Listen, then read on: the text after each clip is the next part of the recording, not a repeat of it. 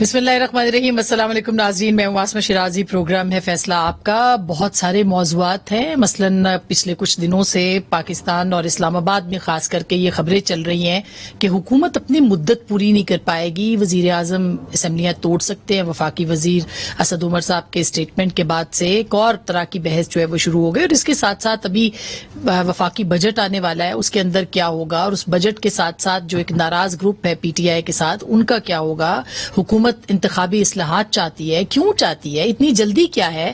اس کے ساتھ جو ہمارے ریجن کے اندر ایک پالیٹکس ایمرج ہو رہی ہے وہ کتنی اہم ہے, اور اس میں پاکستان پہ کس قسم کے پریشرز اور دباؤ جو ہیں وہ پڑ رہے ہیں. بہت سارے موضوعات ہیں. اور پھر معیشت تو ہے ہی, جس پہ شوکت ترین صاحب نے کچھ ایکس ریز فراہم کیے ہیں, اور آئی ایم ایف کے حوالے سے تنقید بھی اپنی یعنی پالیسی کے اوپر کی ہے. بہرحال اب دیکھنا یہ ہے کہ ان کی اس تنقید کے بعد کیا صورتحال ہوتی ہے اور بجٹ کس طرح کا آتا ہے. یہ ساری خبریں جو ہیں حکومت سے متعلق ہیں, اور حکومت کے لیے ظاہر ہے اس وقت مشکل وقت ہے. خسارے کا بجٹ اور ساتھ میں پولیٹیکل ڈیولپمنٹس, اپوزیشن اتنی سٹرونگ ہے, پارلیمان کے اندر کیا کرنا ہے, انتخابی اصلاحات کے اوپر کیسے چلنا ہے, اپوزیشن کو مذاکرات کے اوپر کیسے لانا ہے, اور پھر سب سے بڑی بات یہ کہ حالیہ جو انتخابات ضمنی ہوئے اس میں حکمران جماعت کی شکست اور مسلسل شکست جو ہے, کیا وہ یہ ظاہر کرتی ہے کہ پاکستان تحریک انصاف مسلسل غیر مقبول ہوتی چلی جا رہی ہے. یہ سارے سوالات ہم نے اکٹھے کیے ہیں, اور شخصیت آج ہمارے پاس ایک ہی ہے, وفاقی وزیر اطلاعات و نشریات جناب فواد حسین چودھری صاحب. السلام علیکم چودھری صاحب. سخت سوال ہے, سخت دور ہے, اور اس سخت دور میں آپ وزیر اطلاعات بن گئے ہیں دوبارہ, تو کیسا لگ رہا ہے آپ کو دوبارہ وزیر اطلاعات بننا؟ ایک بات. اور دوسرا یہ بتائیے کہ اب یہ حکومت کیا اپنی مدت پوری کرے گی؟ دیکھیں, دوسرے سوال سے شروع کر لیتے ہیں. پہلی بات تو یہ ہے کہ یہ سنتے سنتے تو 3 سال ہو گئے ہیں کہ حکومت مدت نہیں پوری کر رہی. اب جہاں 3 سال گزر گئے ہیں وہاں پہ 1.5-2 سال اور بھی گزر جائیں گے. سو یہ ایسے ہی ایک چورن بیچنے کے لیے لوگوں نے کہنا ہوتا ہے. کبھی یوٹیوب کے اوپر ہٹس لینے کے لیے کوئی بندہ کہہ دے گا, یا کوئی ایسے مس انٹرپریٹ ہو جائے گا. یہاں پہ ہمارے پاس سوائے پالیٹکس کے کوئی اور ڈسکشن ہی نہیں ہے. سو اتنی جب پولیٹیسائز سوسائٹی ہو تو پھر اس طرح کی درفتنیاں اور شرلیاں جو ہیں وہ چلتی رہتی ہیں. درفتنیاں اچھی سے اپنے اصطلاح استعمال کی, لیکن جب وزیر پلاننگ منصوبہ بندی اور آپ کے جو اوپنر تھے, اگر وہ یہ بات کرتے ہیں کہ جی اسمبلیاں وزیر اعظم توڑ سکتے ہیں, تو وہ کون سے ایسے مخصوص حالات ہیں جس میں وزیر اعظم یہ کام کر سکتے ہیں؟ اچھا, جب میں نے اسد صاحب کی یہ بیان دیکھا تو میں خود بھی بڑا حیران ہوا. اس کے فوراً بعد پھر چونکہ ہمیں سہولت ہے یہ مانیٹرنگ کی, تو میں نے مانیٹرنگ سے ان کا کلپ منگوایا. اب میں نے جب ان کا کلپ دیکھا تو میں بالکل حیران اور پریشان ہوں کہ جس چینل نے ان کے اس کلپ کو یہ رنگ دیا, وہ آپ ذرا کلپ چلائیں اور آپ دیکھیں وہ بات کیا کر رہے ہیں. وہ مثال دے رہے تھے کہ وزیر اعظم نے جو 2013 کی اسمبلی تھی اس میں بھی بلیک میلنگ میں کہا کہ میں نہیں آؤں گا, اگر بہتر ہے اس سے بہتر ہے میں اسمبلیاں توڑ دوں. وہ ایک ریزالو کی بات کر رہے تھے پرائم منسٹر کی کہ وہ بلیک میل نہیں ہوتے, اور بالکل آؤٹ آف کانٹیکسٹ اس کو جو ہے وہ یہ شاہ سرخی جو ہے وہ مل گئی. But this is what we have to live with. تو وزیر اعظم نہیں توڑ سکتے اسمبلیاں؟ دیکھیں, بات یہ ہے جو بھی اسمبلیاں ٹوٹنے کا یا حکومت کی مدت پوری نہ کرنے کے عوامل ہوتے ہیں, اور ہمارا بھی چونکہ آپ سے ہماری دوستی ہے اور ہم جب بھی بیٹھتے ہیں ملتے ہیں ہم سب لوگ, تو ہم تجزیے کرتے رہتے ہیں. اور یہ تجزیے ضروری نہیں ہے کہ ہر وقت کوئی ہم اپنے سیاسی مفادات کے مطابق کریں. We try to be independent جب ہم بیٹھے ہوتے ہیں. تو جسٹ اینالائز کہ آپ فار ایگزامپل اسمبلیاں توڑیں گے تو اس وقت کیا فائدہ ہوگا؟ کوئی فائدہ نہیں ہوگا. فورن الیکشنز میں جانا ہوگا جس کا نقصان پی ٹی آئی کو ہو سکتا ہے, کیونکہ ظاہر ہے الیکشن. لیکن یہ جو سمجھنا ہے نا کہ پی ٹی آئی کمزور ہے, یہ بات بالکل ہی غلط ہے. کیونکہ پیپلز پارٹی دیکھیں تقریباً 1200 سیٹوں کے اوپر, 1172 کے قریب سیٹوں کے اوپر, 1200-1300 سیٹوں کے اوپر ڈائریکٹ الیکشنز ہیں. پی ٹی آئی کے علاوہ کوئی پارٹی ہی اس پوزیشن میں نہیں ہے کہ وہ 700-800 سیٹوں پہ 900 سیٹوں پہ کینڈیڈیٹ کھڑے کر سکے. پیپلز پارٹی انٹیریئر سندھ کی پارٹی بن گئی ہے, P M L N central Punjab کی پارٹی بن گئی ہے, اور وہاں پہ جے یو آئی وغیرہ کا تو حساب کتاب ہی نہیں ہے. یہ سارے لوگ میکسیمم یہ پیپل جو اگر زیادہ سے زیادہ آپ سیٹوں پہ اٹھا کے دیکھیں گے نا, پی ایم ایل این زیادہ سے زیادہ جو ہے وہ 400-500 سے زیادہ کینڈیڈیٹ نہیں کھڑے کر سکتی. پیپلز پارٹی 200-300 سے زیادہ کینڈیڈیٹ نہیں کھڑے کر سکتی.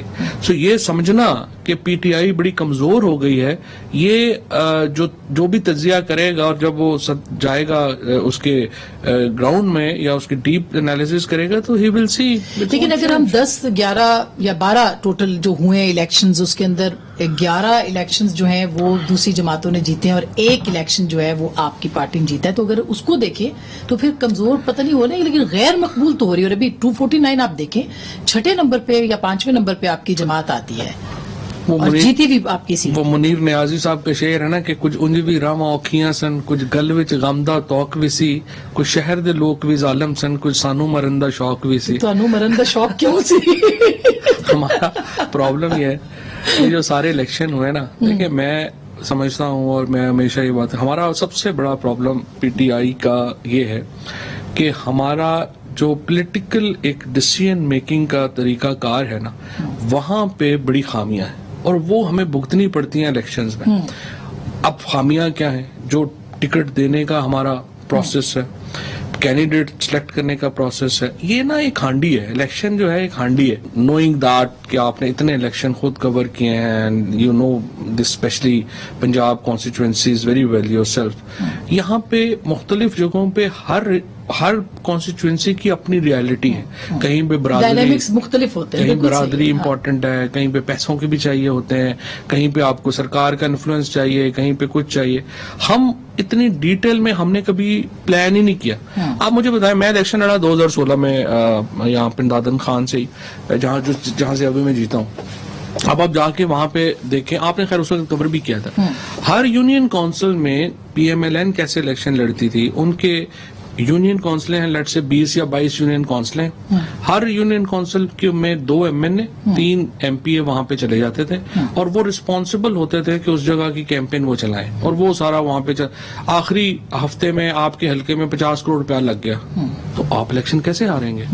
ہماری پارٹی میں یہ ساری چیزیں, یہ تکلف ہی کوئی نہیں ہے, پوچھتے ہی کوئی نہیں کینڈیڈیٹ کو. علی اسد ملک, یہ بات پھر آپ مانتے ہیں کہ ڈیولپمنٹ اور پھر جو مہنگائی کا فیکٹر ہے اور بہت ساری چیزیں, پرفارمنس خود گورنمنٹ کی, وہ ایک بڑا مسئلہ بن سکتے ہیں اگلے الیکشن سے پہلے؟ کچھ کرنا پڑے گا 2 سال کے اندر. الیکشنز, جنرل الیکشنز جو ہوتے ہیں نا, وہ تو ظاہر ہے روم تو ہمیشہ ہوتا ہے امپروومنٹ کا, اور وہ اس میں وہ دیکھیں یہ جو ہے نا مہنگائی ہے یا یہ سچی بات ہے, یہ اکانومی, یہ فیکٹرز ہیں. آپ رائٹ کی سائڈ سے دیکھنا شروع کر دیں, لیفٹ سائڈ سے دیکھنا شروع کر دیں, وہ آپ کو پازیٹیو دیکھنا شروع کر دیں, پازیٹیو نظر آنا شروع ہوتے ہیں, نیگیٹو دیکھنا شروع کر دیں. فار ایگزامپل مہنگائی آپ نے جس طرح سے ہے کہ جی بڑی مہنگائی ہے, on the other hand just look at the money جو پمپ ان ہوا ہے رورل اکانومی میں. مثال کے طور کے اوپر جب گورنمنٹ آئی تھی, گنے کی قیمت جو تھی وہ 130 روپے تھی, اس وقت گنے کی قیمت 260 روپے. انفلوئنس جو ہے وہ اربن سوسائٹی کا ہوتا ہے, ٹی وی پہ انفلوئنس ان کا ہے نا, ووٹوں پہ انفلوئنس تو رورل اس کا بہرحال امپیکٹ تو پڑتا ہے. پیپلز پارٹی کو ایگزیکٹلی یہی نقصان ہوا, وہ بھی یہی کہتے ہیں کہ ہم رورل میں ہم نے اتنا کیا, ہم نے کسانوں کے لیے زراعت میں. پیپلز پارٹی کو یہ نہیں ہوا, پیپلز پارٹی کو تو زرداری صاحب نے بڑی محنت سے بیڑا اس کا غرق کیا. یہ تو پارٹی کو نواز شریف, یہ جو نواز شریف سے پہلے ضیاء الحق, پوری انہوں نے کوشش کی کہ کسی طریقے سے پارٹی جو ہے وہ پیپلز پارٹی کو ہم توڑ لیں, ختم کر لیں, لیکن وہ تو ذوالفقار علی بھٹو اور بے نظیر بھٹو کی ایک لیگیسی تھی جو چلتی رہی. وہ تو پتہ نہیں زرداریوں نے کو بھٹوز کا پرانا ہی کو میرا خیال ہے ان کا کو بدلہ دینا تھا, تو انہوں نے اس کو اڑا کے رکھ دیا. ادروائز پیپلز پارٹی تو بہت بڑی پارٹی تھی. لیکن سارے وزیر آپ نے پیپلز پارٹی کے لگائے, ابھی شوکت, ہم تو بہت پیپلز پارٹی میں ہی تھے, ہم کہاں تھے؟ ساری فیملی بھی رہی اس کے اندر, بالکل صحیح. لیکن ختم ہو گئی نا. دیکھیں ہوتا گیا, لیکن آپ خود ہی ایگزامپلز دیتے ہیں کہ پیپلز پارٹی کی پرفارمنس نہیں, وہ پرفارمنس رورل نہیں تھی. اچھا نہیں, میں صرف آپ کو پوائنٹ, دیکھیں بات یہ ہے کہ یہ تو سیاست تو بہتے دریا کی طرح ہے نا, اس میں نیا پانی آئے گا, نئے حقائق ہوئیں گے, نئی آپ کی اسٹریٹجی ہوگی, نئی اس کے مطابق جو ہے وہ چیزیں چلیں گی.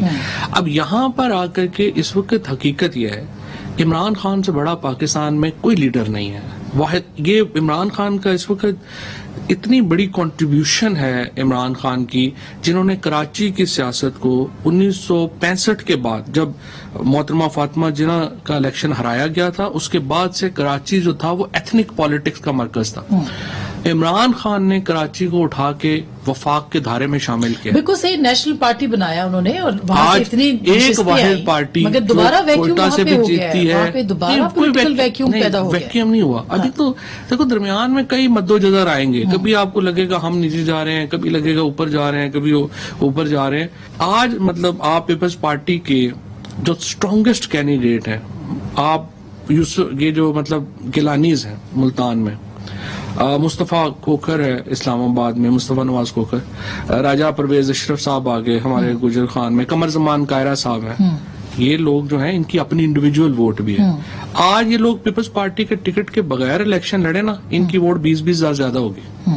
یہ پیپلز پارٹی کے ٹکٹ پہ الیکشن لڑتے ہیں, ان کا بیڑا گرک ہو جاتا ہے. یہ اس وقت رائٹ ناؤ, اچھا لگے یا برا لگے, عمران خان از دی اونلی لیڈر. وہ تو خیر 2023 میں یا جب بھی الیکشن ہوگا پتہ لگے گا کہ کون کتنے پانی میں دیکھ لیں. اچھا, لیکن چوہے صاحب یہ بتائیے گا کہ ایک یہ بھی بڑی ڈائمینشن ہے اور ڈائنامکس پاکستان کی پولیٹکس کی رہی ہے کہ اسٹیبلشمنٹ ہمیشہ سے ایک بڑا ایک ان کا کردار ہے, اور لائک اٹ اور ناٹ رہا ہے ہمیشہ سے. آپ ایک صفحے کی حکومت ہے آپ کی, کیا ہم یہ کہہ سکتے ہیں اس وقت کہ وہ صفحہ ایک ہی ہے اور تحریر بھی ایک ہی ہے؟ دیکھیں بات یہ ہے کہ انپریسیڈنٹڈ سپورٹ ہے. میں نے بہت عرصے سے حکومتوں کو گرتے بنتے بگڑتے دیکھا ہے بڑے قریب سے. میرے تایا جو تھے وہ گورنر تھے 93 میں, تو اس کے بعد سے ہی مجھے بڑا موقع ملا حکومتوں کو قریب سے دیکھنے کا, فوج کے رول کا, جوڈیشری کے رول کا, اور ایک آپ کو گاڈ ہیز بین کائنڈ کہ وہ ایک ایسی جگہوں کے اوپر رہا ہوں میں جس سے بڑا قریب سے دیکھنے کا موقع ملا ہے. جتنی سپورٹ اس وقت جو ہے جس کو ہم اسٹیبلشمنٹ کہتے ہیں آپ, اس نے اس حکومت کو دی ہے انپریسیڈنٹڈ, اور بہت سپورٹ ملی. اور یہ میرا خیال یہی ہے کہ یہ ایک بڑا جو ہے امپورٹنٹ چیپٹر ہے پاکستان کے ہسٹری کا, اور دس مسٹ کنٹینیو. اس کا مطلب یہ ہے کہ یہ سپورٹ جو ہے وہ اگر ناکام ہوتی ہے حکومت تو یہ سپورٹ اس صورت میں بھی ہے اور کامیابی کی صورت میں بھی ہے, کیا ناکامیوں میں بھی حصے دار ہوتی ہے اسٹیبلشمنٹ؟ دیکھیے میں آپ کو بتاؤں, صحیح بات یہ ہے کہ مثلا اسٹیبلشمنٹ تو آپ ہم کہتے ہیں نا, مطلب بیسکلی جوڈیشری ہے اور جو فوج ہے, ان کا ایک اور آپ یہ تو آپ ان کی وہ اس طرح اسٹیبلشمنٹ کریے نا, اس کو ایک دوسرے رخ سے دیکھیں. جو تمام جو فوج ہے اور اسٹیبلشمنٹ ہے یا یہ عدلیہ ہے, یہ پاکستان کے مڈل کلاس کا سب سے منظم گروپ ہے. ایسا ہی پاکستان کی جو مڈل کلاس ہے اس کی جو صحیح سوچ کی عکاسی ہوتی ہے وہ ان دونوں گروپس میں ہوتی ہے. ٹھیک بات. اور پی ٹی آئی کو کیوں سپورٹ ہے ان اداروں کی؟ وہ اس لیے ان اداروں کو یہ سپورٹ ہے کہ پاکستان کی اگر اس وقت کوئی مڈل کلاس کی پارٹی ہے تو وہ پی ٹی آئی ہے, اور لوور مڈل کلاس کی اور مڈل کلاس کی. اور میں تو بڑا پی ایم صاحب کو یہ انسسٹ کرتا ہوں کہ یہ ہماری اصل جو روٹس ہیں وہ ہماری اس سے آتی ہیں, and he also agrees with that. And ہماری اگر آپ ساری پالیسیز اٹھا کے دیکھیں, ہم کوشش کرتے ہیں مڈل کا اوورسیز پاکستانی کے ووٹ کے لیے ہم بات کرتے ہیں جو اور پارٹیز اس طرح سے نہیں کرتی ہیں. ہم بلو کالر والوں کے لیے بات کرتے ہیں, اس طرح سے نہیں ہوتا. جب تک ہماری مڈل کلاس سپورٹ برقرار ہے, اداروں کی سپورٹ برقرار ہے. جب تک مڈل کلاس اگر بالکل صحیح بات ہے. لیکن چوہے صاحب جو بات اس وقت معیشت کی ہو رہی ہے, مطلب آپ کے وزیر خزانہ نئے آئے ہیں لیکن انہوں نے ایک ریالٹی پکچر دکھائی ہے کہ آپ نے آئی ایم ایف کے ساتھ جو معاہدہ کیا وہ بڑا نقصان دہ تھا, اور اس کے ساتھ ساتھ یہ بھی کہ یہ سیاسی لگتا ہے یہ سارا معاملہ جو کچھ بھی اس وقت ہو رہا ہے. تو آپ کیسے پھر, اب معیشت ہی سب سے بڑی چیز ہے جو کہ آپ کے تعلقات اسٹیبلشمنٹ ہو یا کوئی بھی ہو اس کے ساتھ بہتر بنا سکتی ہے, وہ تو نہیں ہے. It's all about economy stupid, course جو کلنٹن نے کہا تھا. دیکھیے بات یہ ہے, جب ہم آئے تھے پاکستان میں, جب عمران خان وزیر اعظم بنے تھے, اس وقت صورتحال کیا تھی؟ اس وقت صورتحال یہ تھی کہ ہم بینک کرپسی کے دہانے کے اوپر تھے, اور خیر وہ اس میں نہیں جاتا کہ ہمیں لگے گا کہ سارے وہی الزام, اس کو چھوڑ دیں. اب مجھے بتائیے کہ مہنگائی کیوں ہے؟ مہنگائی کی بنیادی وجہ جو ہے وہ یہ ہے کہ دو وجوہات ہیں. ایک تو جو ہمارا ایڈیبلز میں فوڈ انفلیشن آئی, دوسرا جو بجلی کی قیمت میں اضافہ ہوا. 40% بجلی آپ کی مہنگی ہو گئی ہے. وہ کیوں مہنگی ہو گئی ہے؟ اس لیے کہ جو پی ایم ایل این نے سب سے پہلے تو یہ کیا کہ اٹھا کر کے ہمارے جو بجلی کے پلانٹس تھے ان میں جو اگر ہمیں 10,000 کی میگا واٹ کی ضرورت تھی, انہوں نے اٹھا کے 20,000 میگا واٹ کی لگا دی. جو 10,000 میگا واٹ فالتو بجلی ہم پیدا کر رہے ہیں, اب ہم پیسے اس کے دے رہے ہیں. لیکن استعمال نہیں ہو رہی کیونکہ ہمیں ضرورت نہیں ہے. اب اس کی وجہ سے ہی ہمیں تقریباً جو ہے وہ آپ کی جو پر یونٹ کاسٹ ہے اس میں آپ کو بہت بڑا اضافہ کرنا پڑتا ہے. پھر دوسری طرف آ جائے کیپیسٹی پیمنٹس جو ہیں اس سال ہم نے 950 ارب روپیہ دینا ہے بجلی کے کارخانوں کو, چاہے وہ بجلی بنائیں یا نہ بنائیں. 2023 میں ہم نے 1500 ارب روپیہ دینا ہے. اس کی وجہ لائن لاسز آپ کو کم کرنے تھے نا, اس پہ تو آپ لوگوں نے توجہ نہیں دی پچھلے 3 سال میں. کوئی لائن لاسز وہی, کیونکہ بجلی کی کیپیسٹی اسی وقت ٹھیک ہونی تھی نا, اگر آپ اس کو ڈیولپ کرتے. بن گئی لیکن اس کو ڈیولپ کرنے کے لیے آپ کے پاس چیزیں نہیں تھی, آپ نے نہیں کیا. نہیں جو ایسٹیمیٹس ہیں نا بجلی کو بنانے کے, وہ جو لائن لاسز کی آپ بات کر رہی ہیں نا, وہ اس کٹی میں بہت چھوٹا حصہ ہے. لائن لاسز کا بھی, چوری کا بھی بہت میجر حصہ نہیں ہے. جو اصل پرابلم ہے وہ ہے کہ یہ بجلی 25% مہنگی ہے اس بجلی سے جو ایکچولی ہمیں, ایک تو پلانٹ سے 25% مہنگے ہیں, اس کے بعد جو ایکسس لگ گیا. سو اب یہ جو پالیسیز ہیں ان کے ریورسل کو آپ کو ٹائم لگے گا, اور وہ ٹائم جو ہے وہ لگ رہا ہے, اور وہ اس کو جو ہے وچار ہے. لیکن میرے خیال میں اس وقت جو اوور آل جو اکانومی کی جو سچویشن ہے اس میں 2 سال ہم نے یہ کیا تھا کہ ہم نے اس کو اسٹیبلائز کرنا تھا. ہم نے بجلی کے پیسے دینے تھے, ہمارے پاس فورن ریزرو نہیں تھے, ہم بینک کرپسی پہ جا رہے تھے. اب یہ جو شوکت ترین صاحب سے میں سن رہا ہوں باتیں جو 3-4 دن سے, وہ کیا کہہ رہے ہیں, وہ کہہ رہے ہیں آپ خرچہ کھولو, خرچہ کرو, گروتھ آئے, اکانومی جو ہے اوپر اٹھے. اور یہ اسی لیے آپ دیکھیں کہ 52 ارب روپے کا قرضہ لوگوں نے اپلائی کیا ہے پرائم منسٹر ہاؤسنگ اسکیم کے لیے. یہ بہت بڑی ایک امپیٹس ہوگا پاکستان کی اکانومی کے لیے. سیمنٹ ہمارے ہاں ڈبل ہو گیا ہے, چیزیں جو ہیں کنسٹرکشن کی ساری چیزیں جو ہیں وہ ہو رہی ہیں. سو اگلے آپ 6 سے 8 مہینے آئی تھنک لیٹس شوکت ترین صاحب کو دیں تو دیکھتے ہیں. لیکن چینی کے لیے لائنیں لگی ہوئی ہیں, اس کے اوپر میں نے بات کر لی, اور جہانگیر ترین صاحب کے اوپر بھی بات کرنی ہے. موضوعات تو بہت سے ہیں. ابھی آج آرمی چیف اور کچھ دنوں کے 2 دن کے بعد وزیر اعظم بھی سعودی عرب جا رہے ہیں, اس پہ بھی بات کرنی ہے. افغان صدر کی زبان اور لب و لہجے پہ بھی بات کرنی ہے. بہت سارے موضوعات ہیں کیونکہ خطے میں کچھ اور مطالبے بھی پاکستان سے ہو رہے ہیں. چوہے صاحب سے پوچھیں گے بریک کے بعد.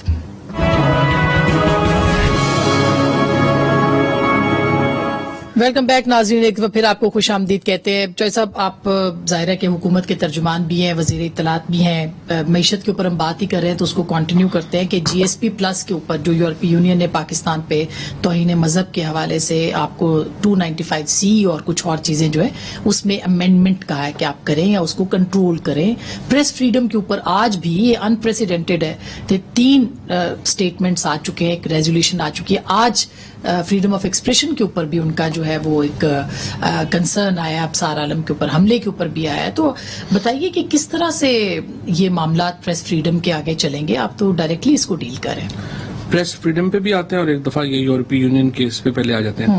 دیکھیں, یورپی یونین نے 2 ریزولوشنز پاس کی ہیں. ایک انہوں نے پاکستان کے بارے میں کنسرن کا اظہار کیا, دوسرا انہوں نے ہندوستان کے بارے میں کنسرن کا اظہار کیا.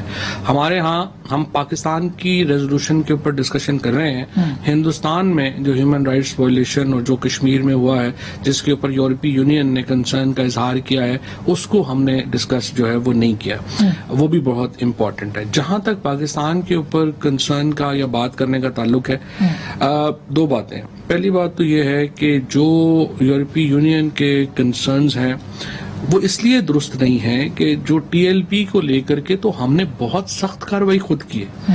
جو یہ کالعدم تنظیم تھی اس کے اوپر جو کارروائی ہم نے کرنی تھی وہ ہماری داخلی ذمہ داری تھی اس کو کرنا, اور اس کے بغیر تو دیکھیے یہ ملک چل نہیں سکتا. بین اٹھا رہے ہیں شاید, اس کے اوپر بھی خبر. آپ کو کس نے کہا؟ ابھی چل رہا تھا کہ انہوں نے اپلیکیشن دے دی. آپ نے ایسے کسی ٹکر پڑا ہوگا؟ اچھا, کوئی ایسی بات نہیں. اچھا جی, ان کے اوپر بین برقرار ہے. شیخ صاحب کہتے ہیں سیاسی جماعت ہے. نہیں, شیخ صاحب نے پہلے دن ہی کہا تھا, اس کے بعد ان کو بتا دیا, انہیں بھی دیکھ لیا تھا کہ سیاسی جماعت نہیں ہے, اور انہوں نے دیکھ بھی لیا تھا کہ وہ ایکٹ کیسے کرتے ہیں. تو آپ نہیں ہٹا رہے اس پہ پابندی؟ نہیں, دیکھیے یہ جو ابھی حکومت کا تو یہی فیصلہ ہے, ہم نہیں ہٹا رہے, لیکن ان کے پاس ایک لیگل جو ہے وہ پروسیس ہے جس کو انہوں نے فالو کرنا ہے, جس کے اوپر انہوں نے ریویو فائل کیا ہے. اس کے بعد وہ سپریم کورٹ میں جائیں گے. پاکستان کا قانون بڑا اچھا بنا ہوا ہے. کئی لوگوں کو یہ پوچھ رہے تھے مجھے کہ جب بین ہو گئی ہے تو الیکشن کیسے لڑ رہے ہیں کراچی میں, تو وہ ایشو یہ ہے کہ دیکھیں ہمارے قانون میں یہ ہے کہ حکومت نہیں بین کر سکتی تنظیموں کو یا ڈیزالو نہیں کر سکتی. اس کا طریقہ یہ ہے کہ حکومت ایک عارضی طور کے اوپر یہ پروکلیمیشن جاری کرتی ہے,